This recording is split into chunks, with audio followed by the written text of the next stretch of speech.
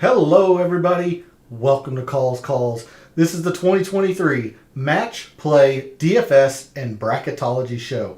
Going to be a very fun evening. As I just mentioned, we are going to cover all of your last minute questions for the Dell Match Play, all your DFS questions, all of your this player versus that player, lineup strategies, all of that. And at the end of the show, we're going to have a lot of fun. I'm going to fill out my bracket for the Dell Match Play. Hopefully you jump in chat, give your 2 cents, and let's have some fun. And you can make fun of my picks. I will give you what I'm thinking about for this week. We have a lot to cover, a lot of strategy to look into, so let's do it. All statistics provided tonight and every night are from fantasynational.com. It is simply the best tool out there for your money. It's going to make you a much smarter gambler, a much better DFS player. Go check them out. It's simply well worth your investment. In the description to the video, there are links to all of my social media. This is Twitter and Instagram. Twitter and Instagram, where normally I post research, and I will do so tomorrow for the Corrales. Did not do any research for the match play this week. Very unique format, unique tournament in general, but research will be out tomorrow for the Corrales if you partake in any wagering or DFS for that tournament, so be on the lookout for that tomorrow. Twitter is also where I post my betting cards. That will be out tonight for the Dell Match Play, and then tomorrow for the Corrales. And the link to my Twitch channel is also in the description. This is where I do all of my in-depth research in a normal week. A lot of other content such as gaming, some baseball content. It's much more laid back. Music going in the background. So if you're interested in that content, give me a follow over at Twitch. And then finally, we're live. Chat's open. Again, want to hear from you all. Who are you gravitating towards? Who are you staying away from? Who is your unsung hero for this week? Who do you think wins the match play? What kind of strategy have you been building towards in your lineups? If you have any questions, feel free to throw those in chat as well. And give your picks for your bracketology in the chat as well. Would love to hear what you all think. Let's dig in and find out our strategy and our tactics for the 2023 Dell Match Play. And we're going to start over at Windfinder. One last look at the forecast, and again, there's no real AM or PM wave, if you will. It is just simply wind is in play. You're not going to want to target either morning golfers, afternoon golfers, or whatever, since this is pool play for 3 days, and then the knockout rounds starting on Saturday. But in your rankings, in your considerations, you really need to consider players that are in the wind. We are looking at 12 to 13, maybe even up into the mid-teens in terms of sustained winds and gusts, especially tomorrow morning into the 30s, but gusts into the mid-20s consistently all day tomorrow. That does not change into Thursday. Might die down towards the end of the day. Maybe some scattered showers even in the forecast for Thursday. And then Friday, Saturday, and Sunday all look very similar as well. As you can see here, maybe a little bit calmer on Saturday. But and Sunday looks pretty hectic for wind. So wanted to bring your attention to Windfinder and the forecast for the Dell Match Play. I will leave this up throughout the evening in case we want to refer back to it. But again, no real AM or PM favor in your lineup constructions. There's a much more important factor that you'll need to consider, and we'll get to that when we start making lineups. Let's go ahead and move to Fantasy National. And instead of going to the regular homepage, or the strokes gained page view, if you will, let's just go straight to the mixed condition model so we can get straight to the lineups. So the mixed condition model that I have made for this week looks as such. I have 15% in strokes gained approach since the start of this calendar year. So I want to see who's been hitting their irons the best very, very lately. Something new that, quite honestly, I just figured out how to do this past weekend. Strokes gained putting, and I have combined the 5 courses that we have talked about all week in terms of the Poa Trivialis. So I do have 20% in putting on Poa Trivialis. This is the American Express, the stadium course, TBC Scottsdale, TBC Sawgrass, Innisbrook, and TPC San Antonio, the AT&T Oaks. Those 5 courses where they have Bermuda, but it is dormant when the PGA Tour comes to town. So they are overseeded with Poa Trivialis. And in match play, putting is such a significant factor. The biggest factor, or one of the biggest factors in match play, is putting. So I've got 20% in putting on Poa Trivialis. Going back to 2021, I didn't want to go too terribly far back. Again, I just want to see who has putt well recently on that surface.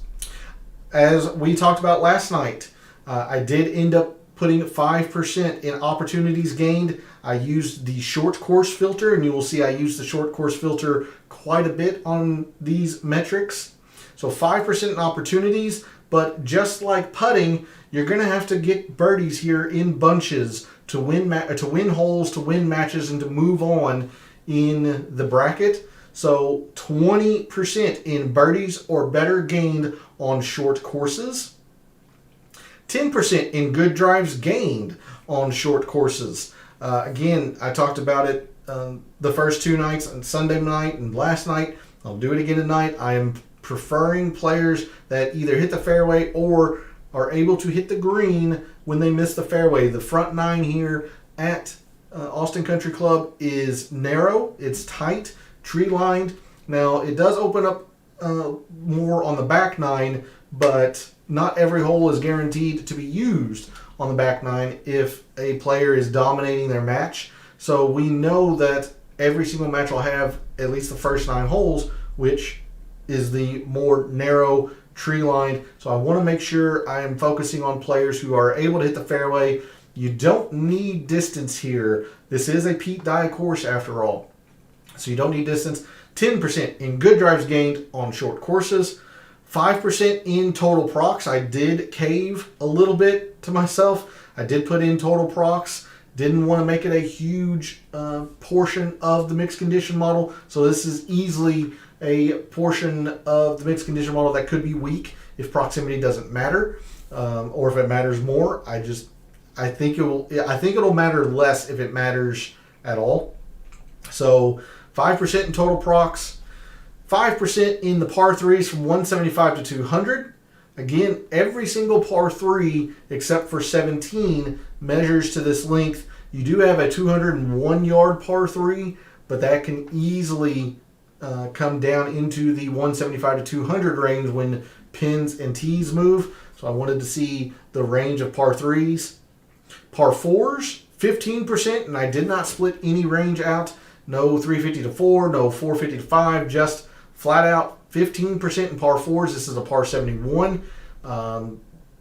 This is the majority of your holes here, and it's probably the most important holes here at Austin Country Club. And then finally, 5% in the par 5s, from 550 to 600. Every single hole every single par 5 at Austin Country Club measures from 550 to 600 on the scorecard. So didn't look at anything else par 5, not even strokes gained total par 5. I just looked at this range, but I only have it at 5%. We looked at my mixed condition model from last year, and the par 5s didn't really lead to a lot of predictive success. So I cut that percentage down from last year. Going to 5% here, I'm upping my par 4s, putting a whole lot of emphasis in putting, and birdies are better gained. Approach might still be a little bit heavy, but again, I had 15% last year. I feel strongly that approach is going to be an important factor, and I'm feeling pretty confident with the good drives gained. Now, weaknesses to this mixed condition model, there's nothing off the tee based except for good drives gained. So if off the tee matters, if distance actually does matter, which I don't think it will, but if it does, I'll be weak to that. I should not be weak to putting. Put 20% here. If anything, you can argue to put 25% here. I mean, putting is just one of the biggest factors in match play. I've got nothing around the green. I don't think around the green is the way to go about approaching match play. If you're looking at that, then you're banking on players scrambling, and that's just usually not the way to win in match play. Let's see. Other potential downfalls or things that I could be weak on. If there's a specific length of par 4, or if the 17th hole, which is 150 on the scorecard, specifically talking about par 3s, if other ranges of par 3s matter, maybe. But overall, feeling really good about this mixed condition model this week. So with that, we will go to my rankings, and we're not going to spend a whole lot of time on that because I have more data that I want to show you all in preparation for making lineups this week. So we will move to Microsoft Excel. I will bring up my rankings, and it's important to note that, again, this is just from a numbers standpoint. The analytics at Fantasy National, the course value, which is, again, an attempt, and with match play being so unique, this is an attempt at putting a value on a player's previous performance here at Austin Country Club for the match play. I have actually brought in a player's full record, and we're going to go to this here in a little bit. So some of it will coincide, some of it may not, but again, this is just an attempt at giving a value to a player's previous performance for the match play, and then percent owned. So I don't have any win metrics in here. I don't have anything Pete Dye related. I gathered all of that and put it into another spreadsheet that we'll look at right after this.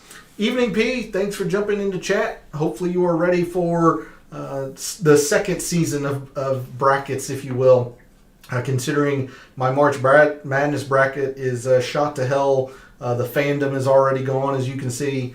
So the last little bit of brackets for this season, or this calendar year, for the match play. Thanks for jumping into chat. What are you thinking about for this week? Who are you gravitating towards? If you made any wagers, all of the typical stuff, feel free to throw it in chat.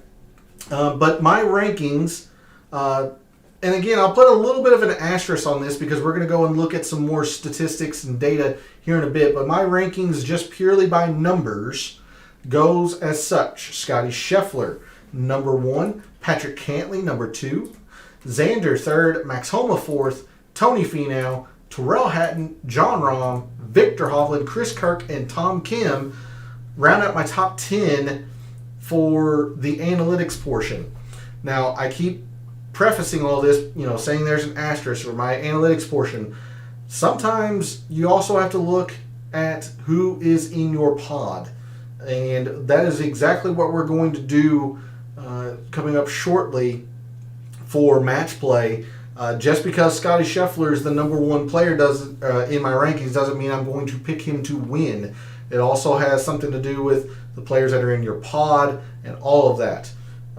So let's go to the other data that I have collected for you all. And this is going pod by pod. Let's see if I can increase this to a level where my head's not in the way, my goofy mug's not in the way, yet big enough. There we go. That should be good for you all. So let's go looking pod by pod and really dissect each of the players in there and see if we can't get a strong feel for what we're thinking and who's going to advance out of each pod. They'll be playing more Punta Cana. Yeah, absolutely. And that show will be tomorrow. There are 2 tournaments this week. I will absolutely be doing a Corrales show tomorrow night.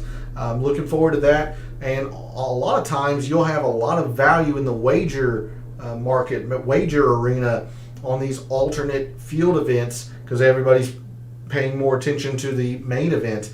Last I saw, I believe the favorite was sitting at 14-1, which is very good value for just being a favorite.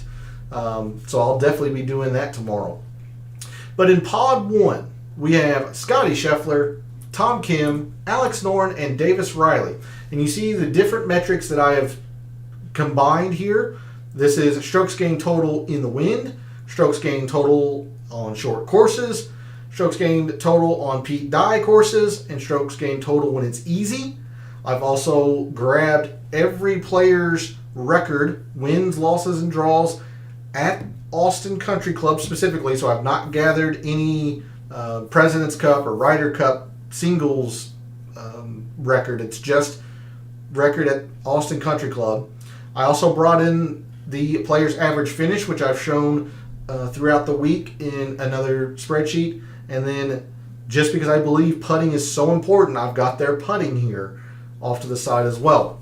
So in pod 1, you can see Scheffler, the favorite, as he should be. You see the record, 10-2-2. It's stellar. He's putt well on Poa Trivialis. Tom Kim, a bit of a wild card, played very well at the President's Cup. He plays very well when it's easy. I do have a little bit of concern considering it's going to be very windy and he's generally not been the best in the wind. Alex Noren, don't sleep on Alex Noren this week. I know the metrics are pretty middling. That record is sterling, 14-4 in match play at Austin Country Club. He's averaged making it to the knockout round. He's been 3-0 twice, and he's been 2-1 twice in pool play. The reason why he has 4 losses, when he makes it to the knockout rounds, he's eventually gotten beat. He's been third, and I believe he got knocked out by DJ the year DJ won in the quarters, I think. But Alex Noren is somebody you do not want to sleep on in match play. And something else that I don't think people remember, Scottie Scheffler has had to win in a playoff both years to advance to the knockout rounds. Now, yes, there is a lot of luck to be involved. And Scottie Scheffler has had plenty of it. Good players make their luck, all of that kind of stuff. But all it takes is one, a hole halved here, or things happening in the rest of the group that's out of your control. Scottie Scheffler could have very well not made it to the knockout rounds. He has, and he's played very well. But Alex Noren is getting slept on right now, and I believe that is a big mistake. Make no doubt about it, I'm going to be using Scottie Scheffler. He is the favorite, and rightly so. But do not sleep on Alex Noren. Davis Riley, I just don't know what to make of him. Again, a newcomer to match play. He hasn't played in the President's Cup, Ryder Cup, anything to that effect. Newcomer, I am a little thrown off or hesitant. His performance on Pete Dye courses, again in a small sample size, but performance on Pete Dye courses hasn't been great, and short courses actually hasn't been great either. So in pod 1, I think it's a 2-person race between Scheffler and Noren. Pod 16, Sungjae, Tommy Fleetwood, JT Poston, and Maverick McNeely, and I see this going any direction, to be honest with you. I think Sungjae is actually the 4th in this pod for me. You see he's 1-2 both years. He has not accrued anything more than 1 point. Tommy Fleetwood's made it to the knockout rounds a couple of times. Middling success, but I mean, honestly, if you're 8-7-2, that's a pretty good record. He's been anywhere from 3-0 to 0-3. A little bit like Siwoo Kim, who we'll talk about in the next pod, but a lot to like here. Tommy Fleetwood's played Pete Dye courses well. He generally is pretty good when it's easy. You see the average finish. He's averaging about 1.7 or so points per tournament here. Pretty solid. The issue with Tommy Fleetwood is he's going to make putts. Don't sleep on JT Poston. JT Poston is somebody who really, really likes short courses, and he really, really likes easy courses. And you can see that here, and he's been really good at Pete Dye courses. His first tournament last year in match play, he went 1-1-1. A solid showing. Not spectacular, but a solid showing.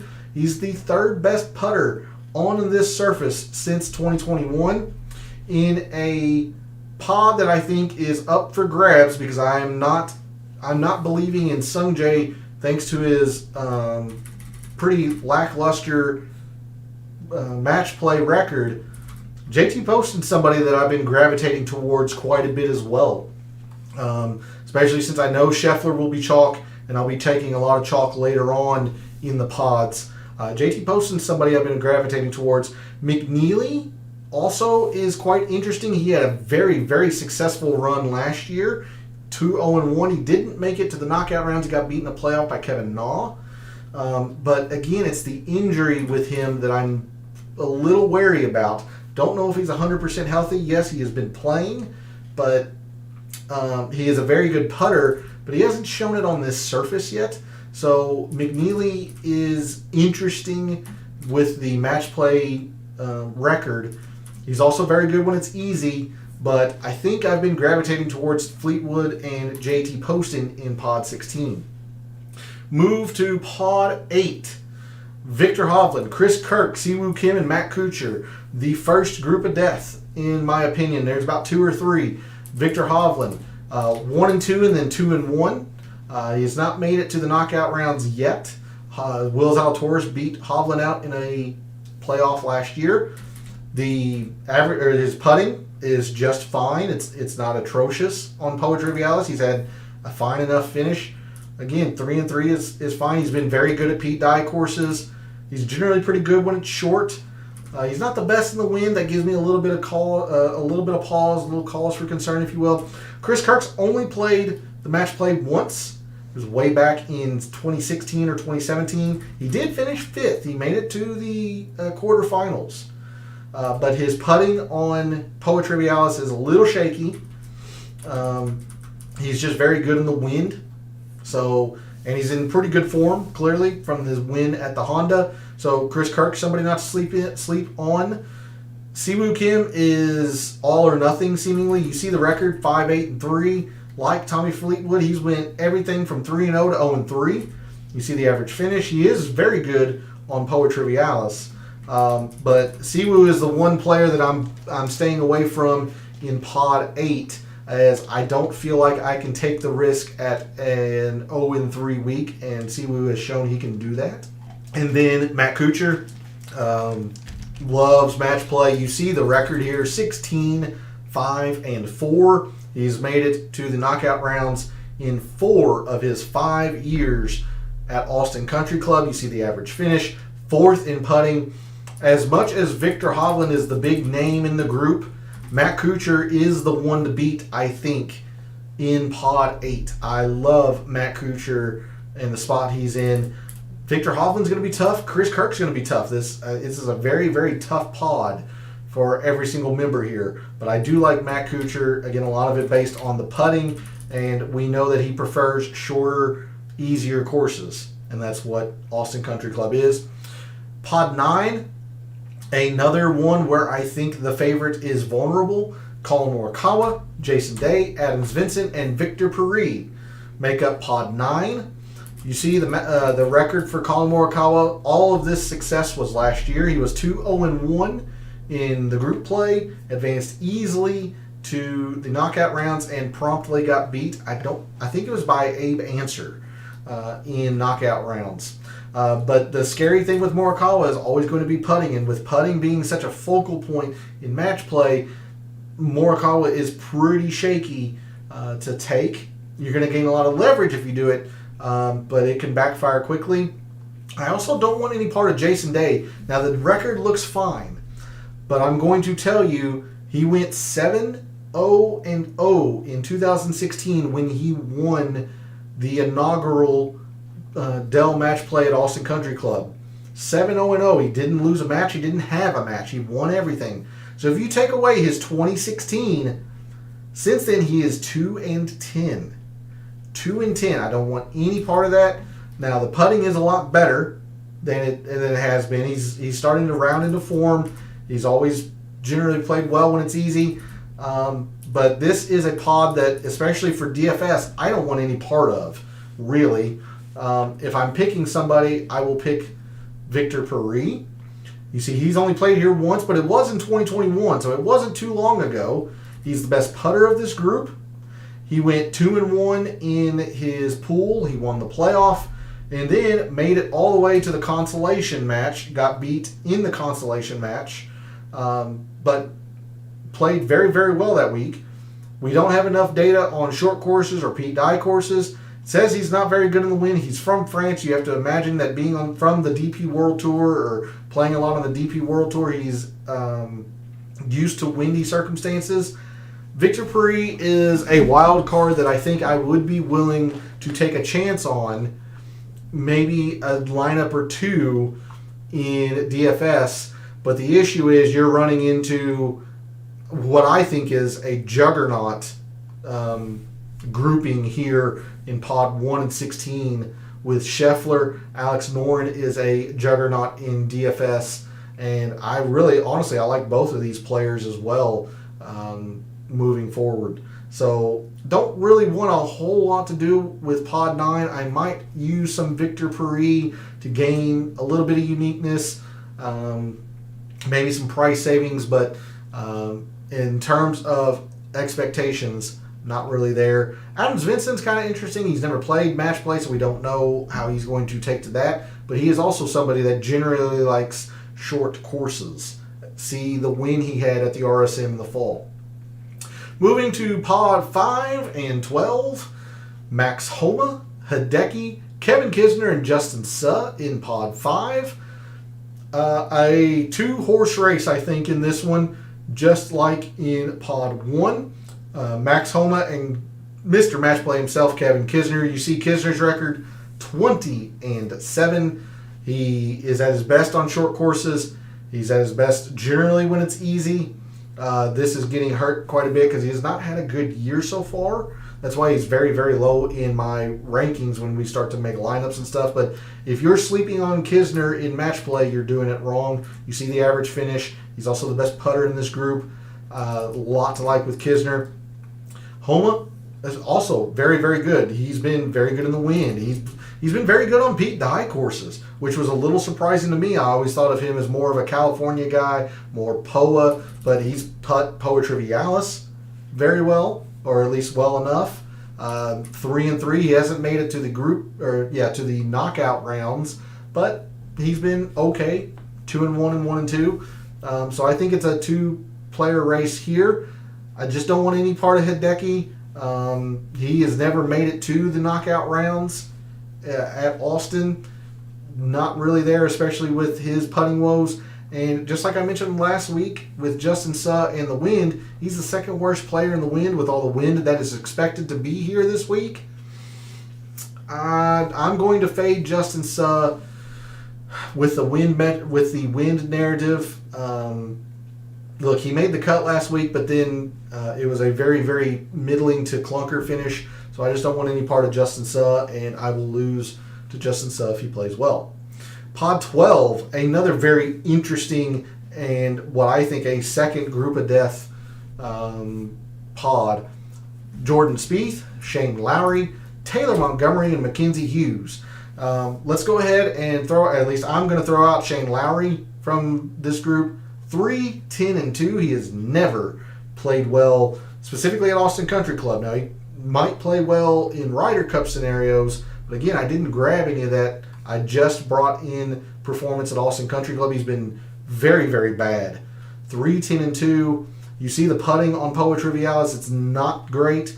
If you want to believe in Shane Lowry, he's been very good on Pete Dye courses. He's obviously very good in the wind, but I think there is too much other places to go in pod 12 than to rely on a shaky record like Shane Lowry. I mean, Jordan Spieth loves this place. 10-6-3.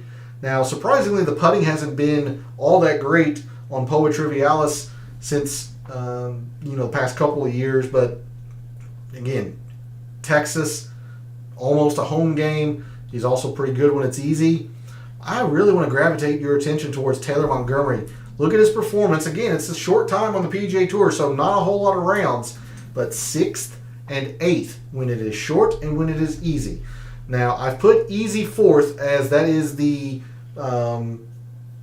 catch-all filter or scenario that I am putting the least amount of value in.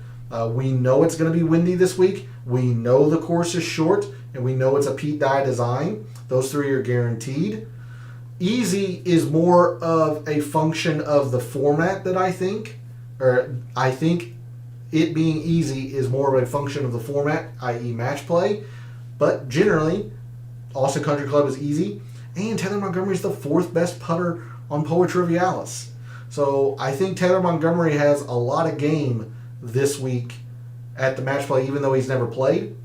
And don't ignore Mackenzie Hughes. Look here, 4-2-1 in his 2 years here. Now the numbers, the metrics don't look great at all. They don't. They look horrendous.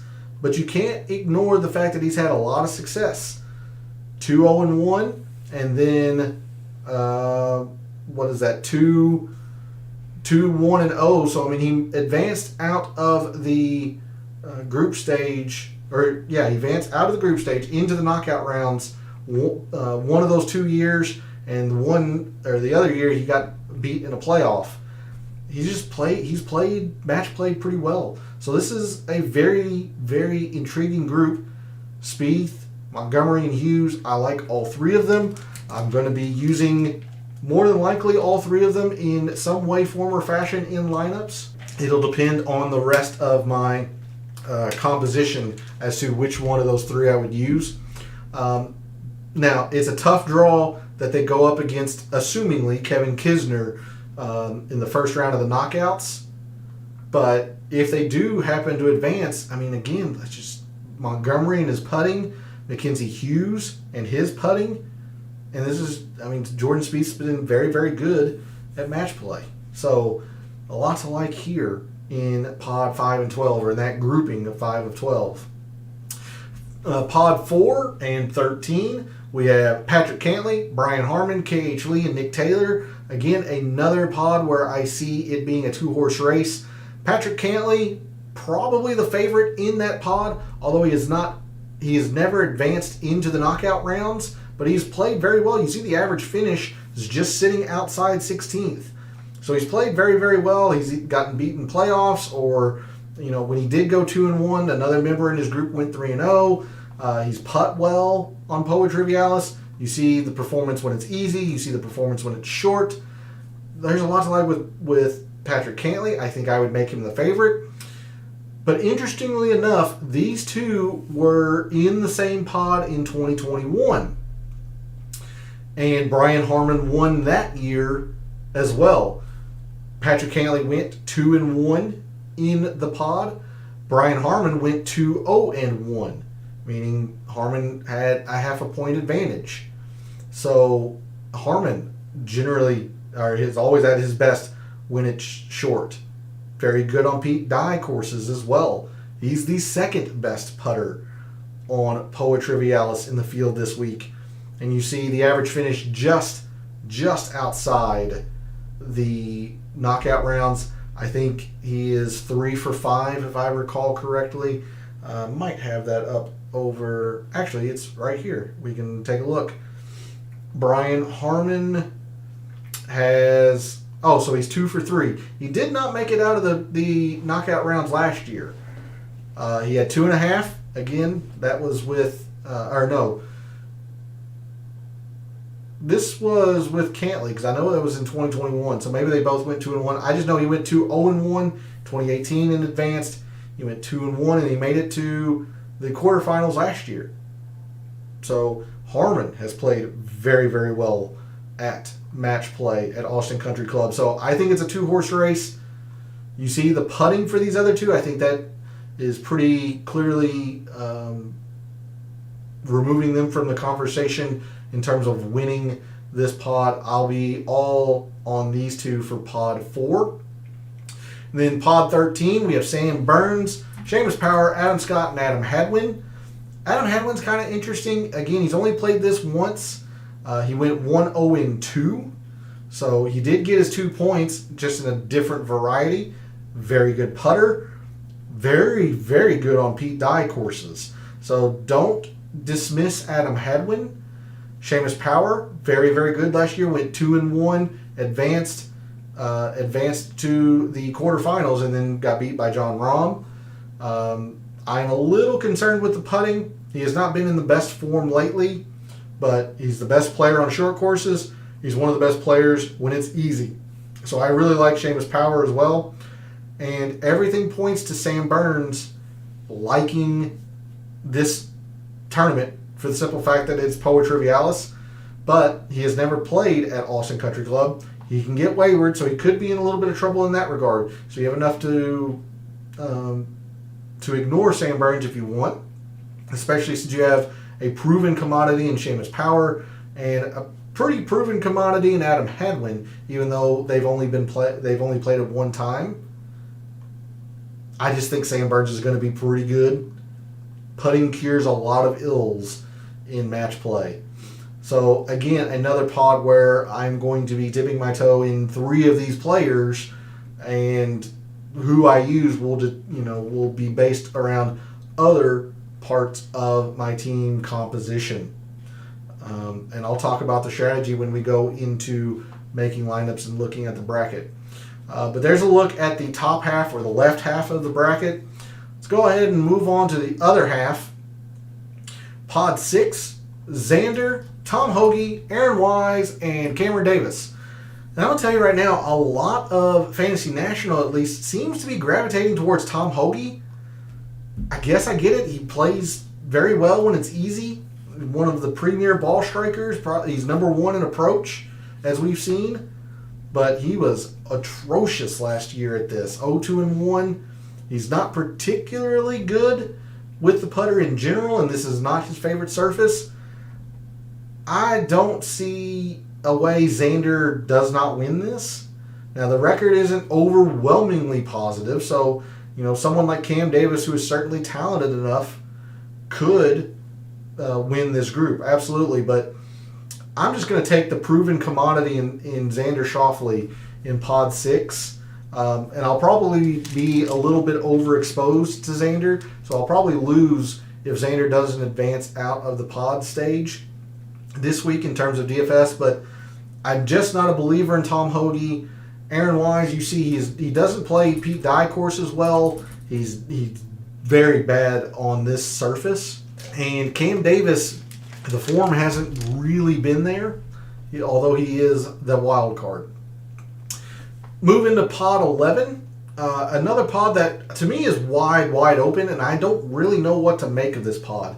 Matt Fitzpatrick is the 11 seed, or the favorite, or the top seed in the pod. Very good in the win, but we've talked about this as a community a lot lately. Coming off that injury, he has not played very well. He's not very good on Pete Dye courses. You see the record; it is very, very middling, 8 and 10. Now he is a pretty good putter on this surface.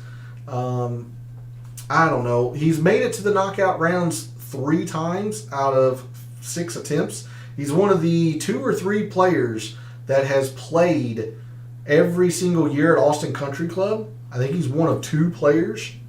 My apologies. He actually has never made it to the knockout rounds. He's gotten close. He's been beat in playoffs a couple of times. He's gotten 2 points in half. I just think it's a vulnerable top seed. I don't think I want anything with Sahith Theegala. He just gets very, very wayward with the driver, and you just can't do that in match play. You just can't take yourself out of holes. Minwoo Lee, kind of interesting. You see the putting. He's very, very good on this surface. He was 1-1-1 last year. Okay, sure. If I go anywhere in pod 11, it's going to be Minwoo Lee. But I'm not in love with it. Especially since I like Xander a whole lot. And that's who they'll face in the first round of the knockout stage. I've been going to Minwoo Lee in pod 11, but I'm not terribly confident in it. JJ Spawn, he won the Valero. He plays very well when it's easy. And even though the Valero is one of these same tournaments that has Poa Trivialis overseed, you see the putting, not all that good. So just nowhere with JJ Spawn. I just don't know what to make of pod 11, to be honest with you. So I've been kind of staying away. I'll use Minwoo Lee a time or 2, but I've been generally staying away from pod 11. Pods 3 and 14. Pod 3, Rory, Keegan, Denny McCarthy, and Scott Stallings. Well, the same with Taylor Montgomery. I think Denny McCarthy is going to be pretty good this week. He's very good when it's short. You don't see it here, but he is one of the top players this calendar year in par 4s. So a lot to like there. Of course, the putting prowess. Putting cures a whole lot of ills. I think Denny McCarthy is going to be very, very solid this week. The numbers say Scott Stallings could be interesting as well. I'm not nearly as high on Stallings as I am on McCarthy. A lot of that due with the short course. I just think McCarthy's a better putter in general, even though Stallings is slightly better, or has been slightly better on Poa Trivialis. Just think Denny McCarthy is a better putter in general. That's not a limb to go out on, but whatever. Not a big believer in Keegan. He's similar to Siwoo, similar to Hideki. He's just too volatile in terms of a match play format. All 3 years, all 3 years he has been here at Austin Country Club, he has went 0-1-2. He's lost once and drawn twice. You're not going to advance out of the group stage with draws. You have to get wins.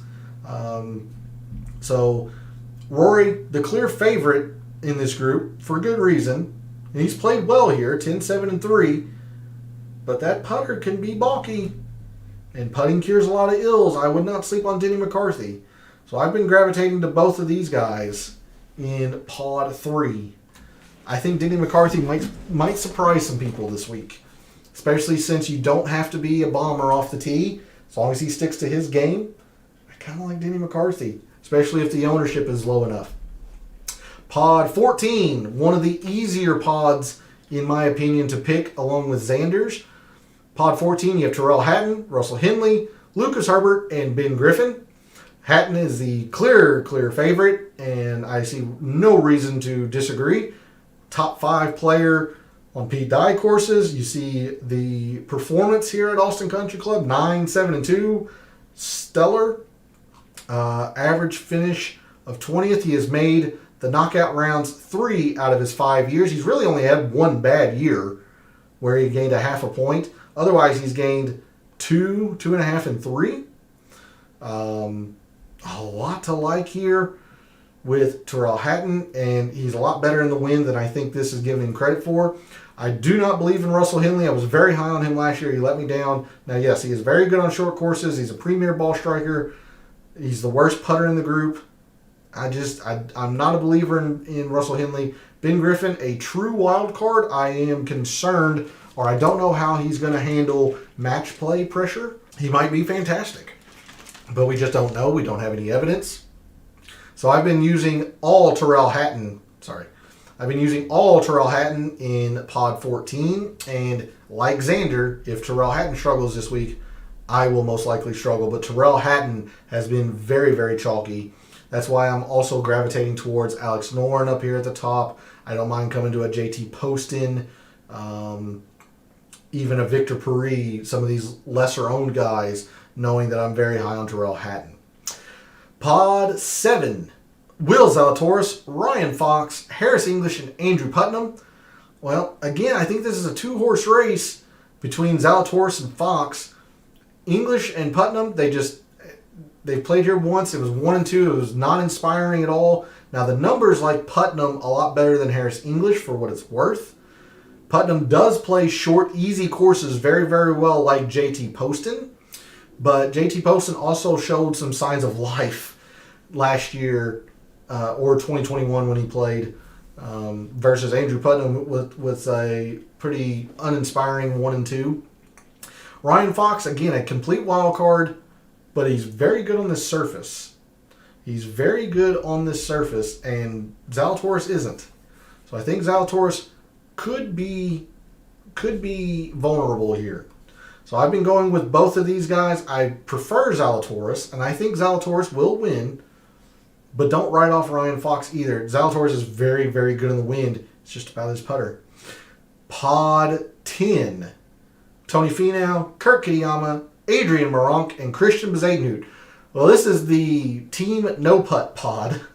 You see, Tony Finau is actually the best at 41st of 64 in this field, so not a lot of players that just don't putt well. Bezuidenhout's a good putter, but he has not shown it on this surface. And you see the record in his 2 years here; it's atrocious. I want no part of Bezuidenhout. I don't think I want any part of Kitayama either. Little interesting, but I don't think I want any part of Kitayama. He's certainly got the talent. But I just want to see him in a match play scenario before, choosing him. Moronk is a complete wild card, so I don't really know. I'm not a big believer in Tony Finau. And the metrics look solid. He's third in the win, fifth when it's easy. I get it. I get it, but I'm not a believer in Tony Finau. This is just a gut feeling, if you will. And I'll zoom in a little bit more here for you. Tony Finau's never made it to the knockout stages. Never. 2 points in his first attempt. Got beaten in the playoff. Then 1.5, and 1. Not great. So, if I come into Pod 10, I'll use Finau, although he's a bit chalky. Moronk is a complete wild card. If I'm willing to throw a dart, I'll use Adrian Moronk. I'll use Ryan Fox. I'll use Victor Paris. Some of these dart throws, but I just don't have a good feeling on anybody in Pod 10. So I've been trying to ignore it, especially since they're running up against a gauntlet. If they were to advance anyway in Zalatoris, or if they move on this group here, which let's cover Pod 2, shall we? John Rahm, Billy Horschel, Keith Mitchell, and Ricky Fowler. I think it's another 2-horse race between John Rahm and Billy Horschel. Just like Kevin Kisner, Mr. Match Play himself, Billy Horschel. Top putter in this group. Definitely plays better when it's more difficult, but 10, 5, and 2, you can't argue with the record. USA needs some runs in this WBC. Last I saw, Trey Turner hit a homer, but I guess from your comment, I'm assuming Japan is ahead. I wish I was able to watch it. I'm here live with you all covering the covering the match play. But yeah, what's the score, P? I appreciate if you give me an update. This is a very, very difficult pod with Rahm and Horschel, and I think it's between these two. Mitchell's been uninspiring. Ricky only played this once. It was a Keegan Bradley showing 0-1 and 2, so just not there with Ricky. Although Ricky is in better form than what these numbers are indicating. So if you're a Ricky believer, you can hang your hat on that. But it's a very difficult group. I'll use both of these players. They're both chalky. 3-1 Japan, top of the 7th. Merrill Kelly must have pitched okay, because I know Japan's been the highest scoring team at the WBC. So Merrill Kelly must have pitched okay. But, I mean, that Japan team is very, very good. But, yeah, it's just these two in Pod 2. And then lastly, Pod 15. Cameron Young, Sepp Straka, Corey Connors, and Davis Thompson. Another wild card group. Let's cover Cameron Young. If you haven't seen the news this week, the biggest news in golf, or perhaps the biggest news in golf, Webb Simpson and his longtime caddy, Paul Tesori, have split. It was mutual. Webb Simpson is wanting to play less. And from what everything has been mentioned, Webb Simpson reached out personally to Cameron Young, asking Cameron Young to take Paul Tesori. Paul Tesori is a very, very good caddy. So I think Paul Tesori is on Cameron Young's bag this week. Even with that being the case, it takes some time for player and caddy to adjust to each other. I think moving forward, especially like this year in terms of major season, the U.S. Open, PGA Championship, I think Cameron Young is somebody to really, really pay attention to, especially with Paul Tesori on his bag. It's going to take some time to get adjusted. He's not very good on POA. It wasn't a spectacular showing last year. I said that Sepp Straka, last night I was incorrect. I said Sepp Straka played well here last year. I mixed up Sepp Straka with Lucas Herbert. Lucas Herbert went 2-1 in his group, lost in a playoff. I mixed up those two people, so I want to make sure I correct myself. Sepp Straka is also somebody who just didn't play well here last year. Now, he's generally pretty good on Pete Dye courses, but I have not been using a whole lot of players in Pod 16 a lot because or pod 15, excuse me. I don't know how it's going to go. If I come into pod 15 and use a player, it's going to be Corey Connors.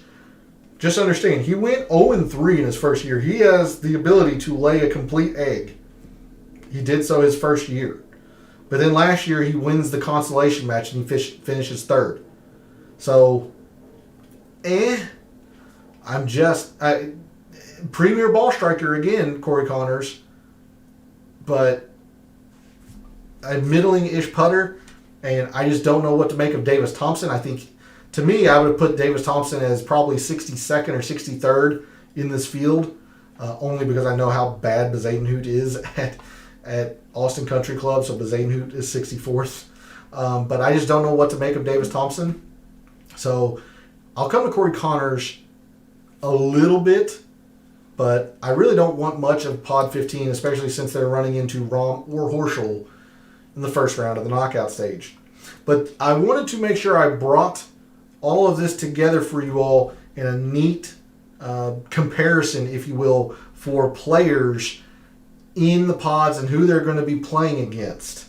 So you can see their previous record, their putting, which I think is going to be the most important factor this week, how they do when it's easy on Pete Dye courses, etc., etc. So I'm hoping this gave you a little bit more information to make your lineups for your match play. Speaking of that, let's go ahead and move on over to making some lineups for this week's match play. And you'll see there's an extra column here. I've went ahead and added the player's pod, 1, 16, whatever. The biggest part of match play DFS strategy, you want to make sure you have a chance to have the final four intact. Meaning, you do not want to take Scotty Scheffler and Alex Noren on the same DFS team. You are shooting yourself in the foot. You are trying to get, ideally, you're trying to get all 6-year players into the quarterfinals and then 4 into the semifinals. But if you get all 6 of your players into the knockout rounds, you are doing fantastic. It's even better than having a 6-6 lineup in a normal week of DFS. If you get a 6-6 into the knockout rounds, you are doing fantastic. So that is objective number 1 in match play DFS. Do not take players in the same pod on the same team in your DFS. Then, ideally, you would not like to have players face off against each other in the first round of the knockout stages. Although sometimes it can happen and, you can build your lineups against that. But, if you really like Scheffler and Sungjae, for example, or if you really like Max Homa and Taylor Montgomery, as long as they get to the knockout rounds, you should be okay. You just cannot play 2 players in the same pod. So with that, let's go ahead and start making some lineups. And the most projected owned player, and I need to sort this on price, so give me one moment. But your most projected owned player, not going to be a surprise, it is Scotty Scheffler. So we're going to sort on salary. And Scotty Scheffler is sitting at 22% projected owned, and I'm going to tell you it's probably going to be more than that. He's the favorite of the tournament for a reason. He's made it to the finals both tries. There's a lot to like with Scotty Scheffler. And you see, he is in pod 1. So ideally, you would not pick somebody from pod 16. And if you can help it, you probably don't want to pick somebody from pod 8 or 9. But it's not... pod 8, 9 is certainly the least of your criteria. You absolutely do not want to take anybody else from pod 1. You don't want to really take anybody else from pod 16 if you can help it. All right, so if your fellow contestants are gravitating towards Scotty Scheffler, Highest priced player at 11-1.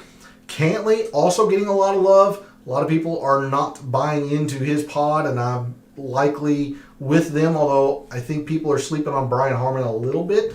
But I think Patrick Cantley will be a little bit too expensive. The cheapest, again, Denny McCarthy, who's getting a lot of love. He's at 6,900. So let's try Denny McCarthy here. If they can fit a Patrick Cantley, he is the second. Oh, no, excuse me. No, it's Terrell Hatton who's the second most projected owned. So Scotty Scheffler, Terrell Hatton at 20.5%, and then Patrick Cantley at 20%. But they're going Scheffler, Hatton. Let's see. Elsewhere, you've got Tom Hoge and Min-Woo Lee getting a lot of love. And again, this is why I was fading Tom Hoge. I'm just not a believer of his in this format. Min-Woo Lee is the one player I would have picked in Pod 11, but these two are facing each other in the first round of the knockout stage, so it's somewhere, it's a place that I wouldn't want to go. Let's see, other common lineups and players. Let's see, Fleetwood. He's in Pod 16. He'd be facing Scheffler, so I don't think they'd be going there. For whatever reason, Sahith Theegala seems to be getting some love. I am nowhere near Sahith Theegala, but he's getting some love here. We'll go Min-Woo Lee, and then at 74 is Taylor Montgomery. So, Min-Woo, let's see. Well, shucks. They wouldn't build Theegala and Min-Woo. Where's Theegala? 81. Mitchell's not really all that highly owned. Well, dang it. I was trying to get something pretty close to what your fellow contestants would do. If we do Tommy Fleetwood, that means we're over 300. Tommy Fleetwood, and then let's see. Nobody else in the 6Ks is getting a whole lot of attention except for McCarthy. Taylor Montgomery's the next double digit at 74. So we might be able might not be able to go Terrell Hatton. But Taylor Montgomery, Tommy Fleetwood. Oh no, excuse me. Min-Woo Lee. What's this leave us at? 8,000 exactly, which there is no 8,000. Chris Kirk. What pod's he in? 8. Yeah, so this would be something somewhat similar to a chalky-ish lineup, I think. Scotty Scheffler in pod 1. Then Chris Kirk in pod 8, so they wouldn't meet until the quarterfinals. Pod 12, Montgomery, they would not meet. He would not meet Kirk or Scheffler until the semis if they made it there. 14 and 11 would not face until the quarterfinals. 3 and 14 would face each other in the first round. But again, like I said, that's probably the lowest of your concerns. As long as you're not picking somebody that will play immediately, like in the group stages. You try to avoid like a 3-14 or a 6-11, but sometimes you just can't help it. Let's see, other places your fellow contestants could be going. Patrick Cantley, Max Homa, a little bit different variation. Definitely going Denny McCarthy. We have to, with as little money as we have left already. Taylor Montgomery, Tom Hoge, and shoot, you're already. Yeah, you won't be able to go Cantley and Homa. Cantley, Jason Day getting a lot of love in pod 9. This leaves 8,200, which is Ricky, and he's at a little under 10%. I know this is going to be, well, he's in the same pod, I think. No. I know this is $100 over, so move that $100 around a little bit, but Patrick Cantley in pod 4 going against Tommy Fleetwood in 16. Wouldn't happen until the semis. 12 wouldn't meet would meet 4 in the quarters. So that's another probably common look of a lineup. But let me show you what I have been gravitating towards. I mentioned from the start, I can gain a whole lot of leverage on people. I'll just go Alex Noren in pod 1. We saw his statistics. It's a tall ask to beat Scotty Scheffler. I get it. But that's gaining a whole lot of leverage with somebody who has had a whole lot of success here at match play. I believe in Alex Noren in match play. If he doesn't make it out of the group stage, it hurts a little bit, but I mean, he's went at least 2-1 every single year. So I really, really like my chances there. Matt Kuchar, somebody else who these two wouldn't meet until the quarterfinals. So already I've got 2 low-priced 7s that are not getting a whole lot of ownership, and I have split up the bracket already. This allows me to take a Jon Rahm if I wanted to. It allows me to take a chalky Patrick Cantlay. Allows me to take a chalky Tyrrell Hatton. I've also mentioned, let's see, let me bring up this file again. I'm trying to stay away from this area, especially this pod. I just took Kuchar. So now if I'm looking in this general area, Kevin Kisner. Kevin Kisner is Mr. Match Play himself. He's at 7,200. He's at 5% projected owned. I've got 10,000 per player now, essentially, that I can afford to take. I'll go Tyrrell Hatton. He is very, very chalky, but he's on the whole other side of the bracket at 9,000. If I want to think about others here, so that covers this grouping. If I'm looking at this grouping, I really like Xander out of these 8 players. Minwoo Lee is a little interesting, but he's pretty chalky, at least for his price. Like, again, I don't believe in Tom Hoagie. Aaron Wise is terrible on POA. Cam Davis could be interesting, but we haven't seen him at Austin Country Club. So, give me Xander. Give me Xander in pod 6.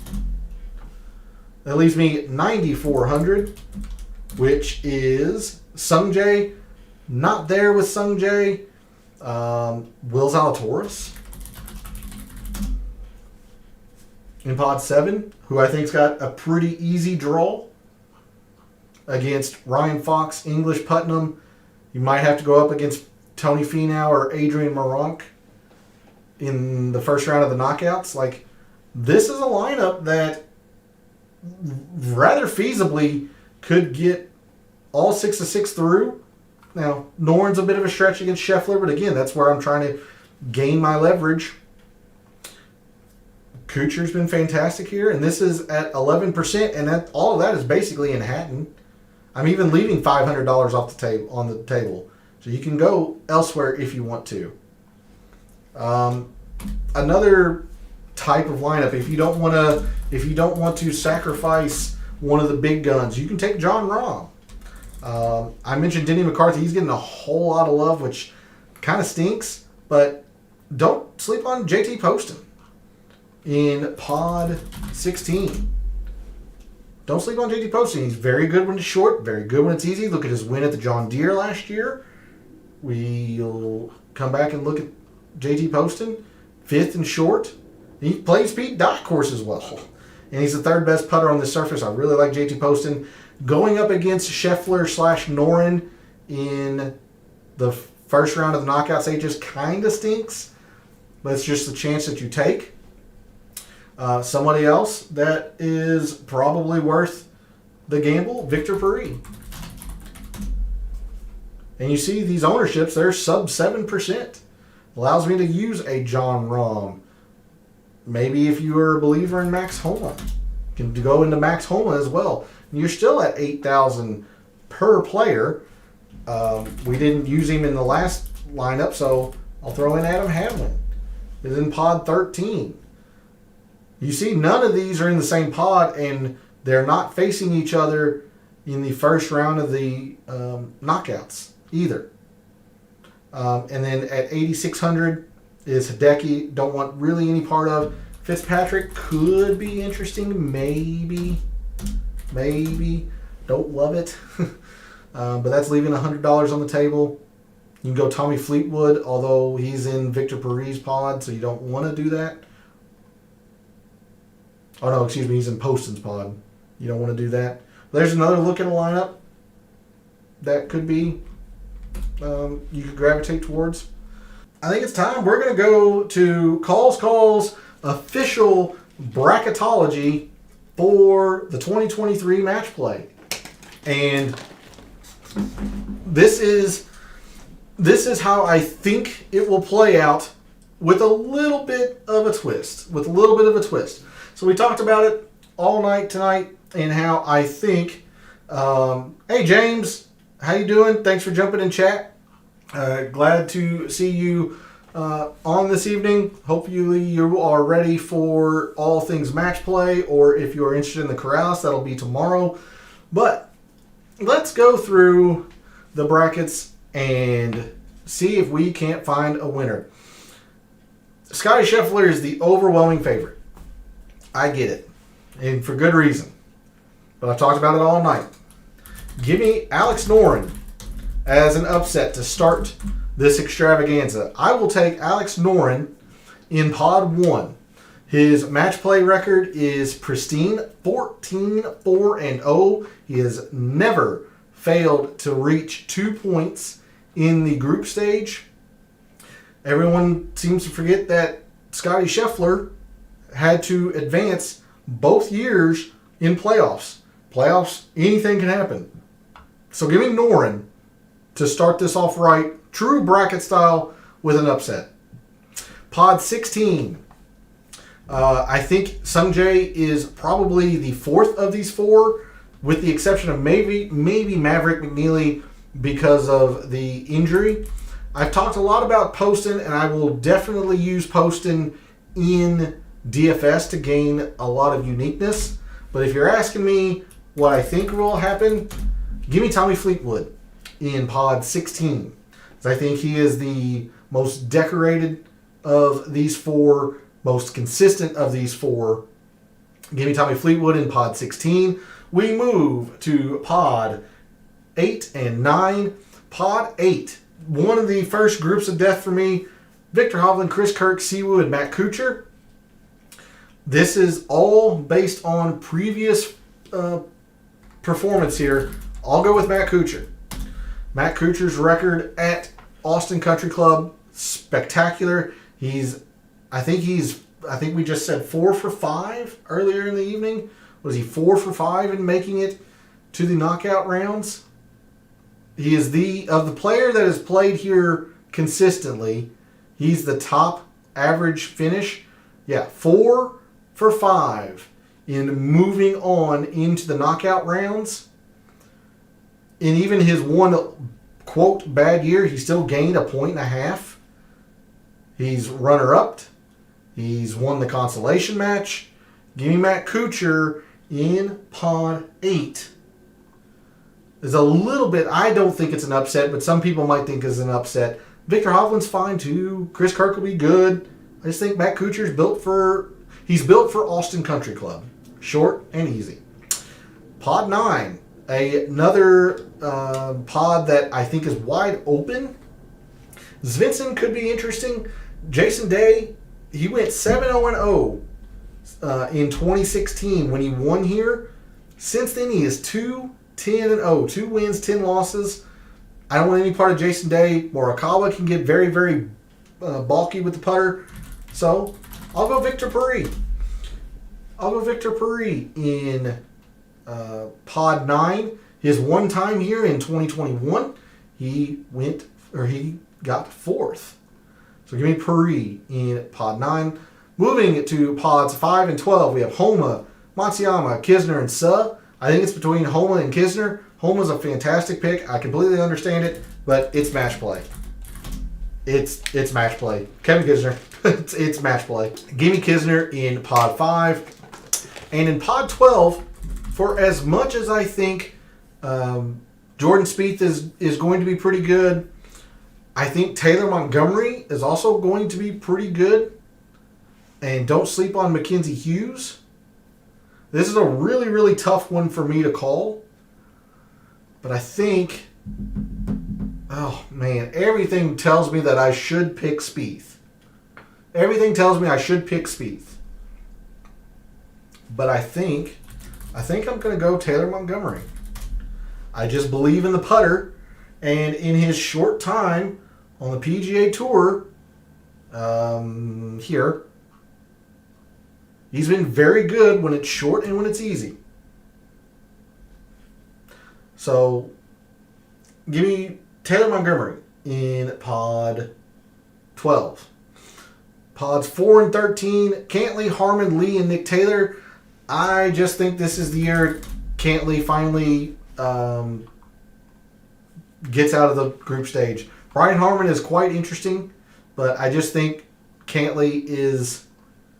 I think this is the year he breaks the drought. I think he'll move on in a 2-horse race between him and Harman. Pod 13, Burns, Power, Scott, and Hadwin. Everything says that Burns is going to be very good putting here, and I'll probably will use him in some DFS. But Seamus Power was very, very good here.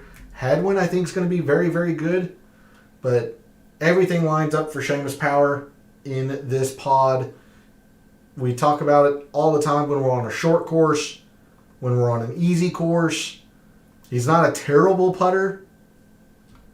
You can see Hadwin, 7th in putting. He's also very good at Pete Dye courses. Like, all three of these have a legitimate stake, I think, to win this group. But I will go with the most recent... Gosh dang it. I will go with the most recent proven commodity in match play and go with Seamus Power. All right, let's move on to the other side of the bracket. Then we'll advance from there. Talked about it all night. Pod 6, I think, is pretty clearly Xander, the class of this pod. I'm not a believer in Hoagie. Wise. Davis is a wild card, but I'll go with Xander in pod 6. Pod 11, very, very wide open. I do not like Matt Fitzpatrick. He has not been playing very well. Tagala, I don't like because he can spray it. JJ Spawn is I just don't know how he's going to take to match play. And he's been pretty bad on this putting surface. So almost kind of by default, give me Minwoo Lee. I don't love it, but I just don't believe in really anybody in pod 11. Moving to pod 13, Rory, Keegan, Denny McCarthy, and Scott Stallings. I do not want to sleep on Denny McCarthy at all. I think he's going to challenge Rory, but ultimately, I do think Rory advances. And then in pod 14, Lucas Herbert played very well here last year, but he's not in very good form. Ben Griffin, a complete wild card. He could be pretty good. We don't know how he's going to take to match play. So give me the proven commodity in Terrell Hatton in pod 14. Pod 7, Will Zalatoris, Ryan Fox, Harris English, Andrew Putnam. Ryan Fox is the wild card. We don't know how he's going to do.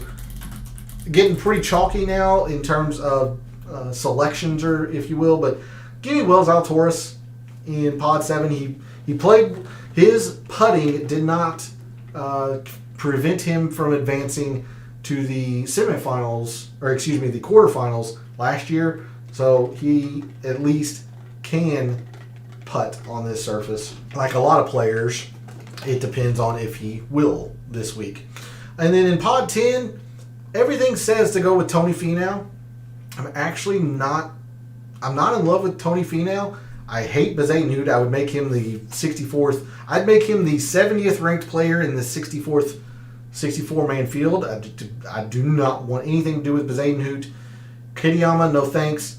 So I'm going to go with a little bit of a surprise. I'm going to go with Adrian Meronk in pod 12, only because I don't believe in Tony Finau on Poetrivialis. And Meronk, we don't have any stats on really, so this is just a shot in the dark. This is more of a pick against Tony than it is a pick for Meronk. Pod 2, 2-horse race between Rahm and Horschel. Look, Horschel loves match play just like Kevin Kisner, but Horschel has also shown that he can lay some duds. So I'll just go Jon Rahm. I'll go with a safe pick here in Jon Rahm. And then in pod 15, I mentioned it while going through the DFS portion. I think long-term, Cameron Young picking up Paul Tesori is going to be a very, very good thing, but it takes some time for a caddy and a player to mesh and get used to each other. So give me Corey Connors. He finished third last year at the match play. Give me Corey Connors. Just like Will Zalatoris, it'll depend on the putter. All right. We now move to the knockout rounds. The round of 16 first matchup, Alex Noren and Tommy Fleetwood. Two Ryder Cup hopefuls.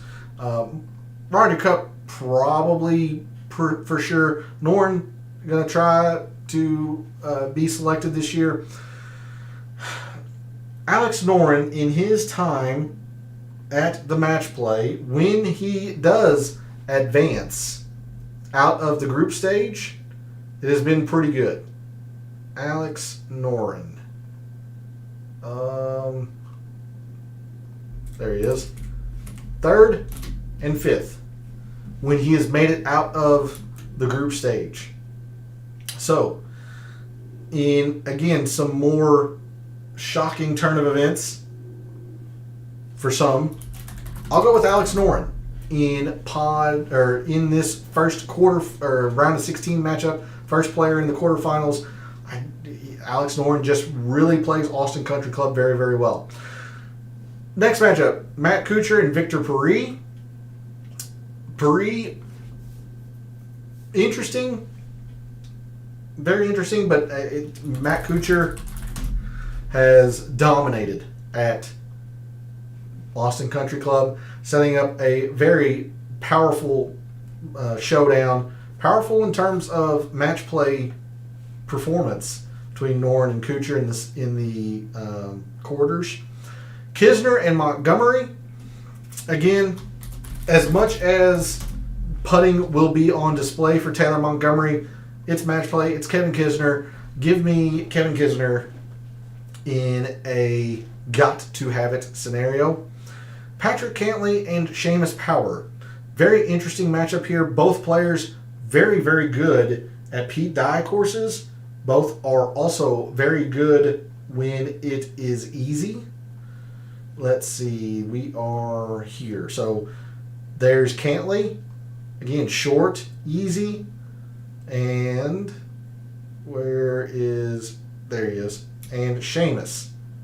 So those are the two that we're looking at here. Seamus had a very good run last year. Got beat by Jon Rahm in the quarters. But call it a hunch. But I think Patrick Cantlay is a bit on a mission this year.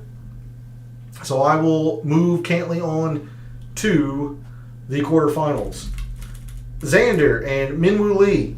There's usually always a surprise or two in match play, especially when you're talking about brackets. I don't think this is the one. Give me Xander over Minwoo. I think Xander is, like his buddy Patrick Cantlay, on a mission this year. Rory and Tyrrell Hatton, probably the showdown of the quarterfinals, or of the round of 16 to get to the quarterfinals. Stalwarts for the European Ryder Cup team. Give me the player who has had more success consistently at Austin Country Club. I'll go with Tyrrell Hatton in a very highlight-filled round of 16 matchup. Zalatoris and Adrian Meronk.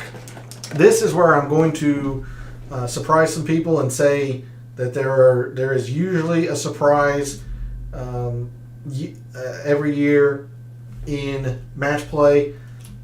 I'll take Adrian Meronk in an upset over Will Zalatoris. I think Zalatoris' putter finally gets balky on him, and Adrian Meronk coming in with decent enough form. I'll go with Adrian Meronk. John Rahm and Corey Connors. Everything points to John Rahm here. I don't think I can disagree. If Corey Connors makes it out into the knockout stages, he's probably riding a hot putter, so I would be wary if I were John Rahm, but Rahm's just got a whole lot of firepower.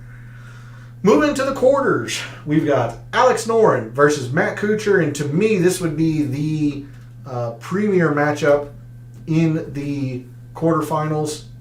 Two stalwarts of match play. Very, very tough for me to pick. They are very, very similar, but I will go with Alex Noren to move on to Sunday for match play and to potentially play for the final. Patrick Cantlay, Kevin Kisner, another fantastic quarterfinal matchup. I am going to go with Patrick Cantlay.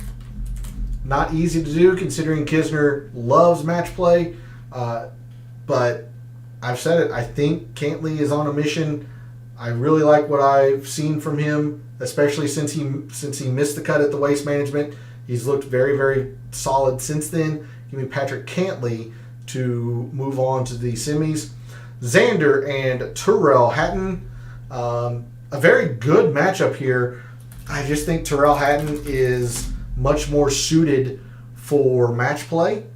So give me Tyrrell Hatton to move on to the semis out of that quadrant.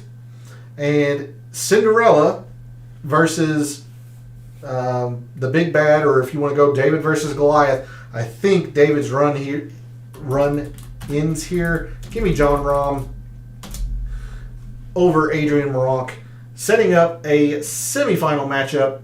Alex Noren and Patrick Cantlay. I'm going to have to minimize this just a little bit to squeeze in everything there. Alex Noren versus Patrick Cantlay. I will go with Patrick Cantlay to represent the left half of the draw coming out of Pod 4. Tyrrell Hatton versus John Rahm. Oh, gosh dang it. What did I do? There we go. Tyrrell Hatton versus John Rahm. Oh, man, that's a very good one. Oof. Tyrrell Hatton, for as much as he is a match play specialist almost, I will go with John Rahm here in a decision that is not easy for me at all. I really do like Hatton this week, but I'll go John Rahm, setting up the consolation match between Alex Noren and Tyrrell Hatton. I'll go consolation of... I'll go Alex Noren in the consolation match. There you go. Now you can see it.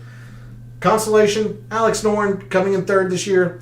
Your winner for Calls Bracketology of the 2023 Match Play. I've said it. I think he's on a mission. So give me Patrick Cantlay to win this year's WGC Dell Match Play. Thanks to everybody for tuning in and watching, listening. P and James for jumping into the chat. Have fun with your all selections. Make sure you put it in the comments who your finals and consolation winner is. Make fun of my predictions. That's always warranted. We'll see how accurate or not this is coming up throughout the week. The more boring the golfer, the better for Pete Dye. Could be, yeah. I mean, we'll see. I mean, Austin Country Club kind of fits match play because you have a lot of holes that reward risk though, like the drivable par 4, everything on the front 9 being so tree lined. You can take some aggressive lines if you want. It should be interesting, but again, for DFS purposes, Don't sleep on Alex Noren. Victor Paris, kind of interesting, but yeah, let me know in the comments your selections, how your lineups do this week, if you've made any wagers, who they are. Thanks for tuning in. I always enjoy, and I especially enjoy doing brackets and predictions and stuff like that, so this is right up my alley, if you will. But thanks to everybody who tuned in and watched, listened, supports the channel. P and James for jumping in chat like you all always do when you're able to catch the show. And don't forget, tomorrow, the Corrales Punta Cana full show. The research, the data, and the DFS tactics. Tomorrow night at 9 p.m. for those who are wanting to wager and play DFS for the Corrales in the Dominican Republic. But that is what I have for you all in terms of DFS and bracketology for the Dell Match Play. Thanks again for all the wagers that you've made this week for the Dell Match Play, for all the DFS contests you've entered this week for the Dell Match Play. And until I see you tomorrow night for the Corrales Punta Cana full show, may all your bets be profitable.